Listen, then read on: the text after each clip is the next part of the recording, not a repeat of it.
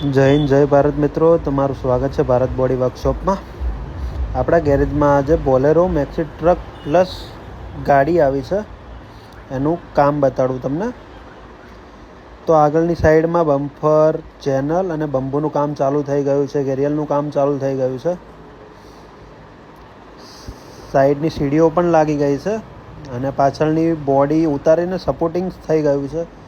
આ ગાડીને સાઈડો વધારવાની છે અને ડીસા ટાઈપ પાટિયા બોડીમાં કન્વર્ટ કરવાની છે.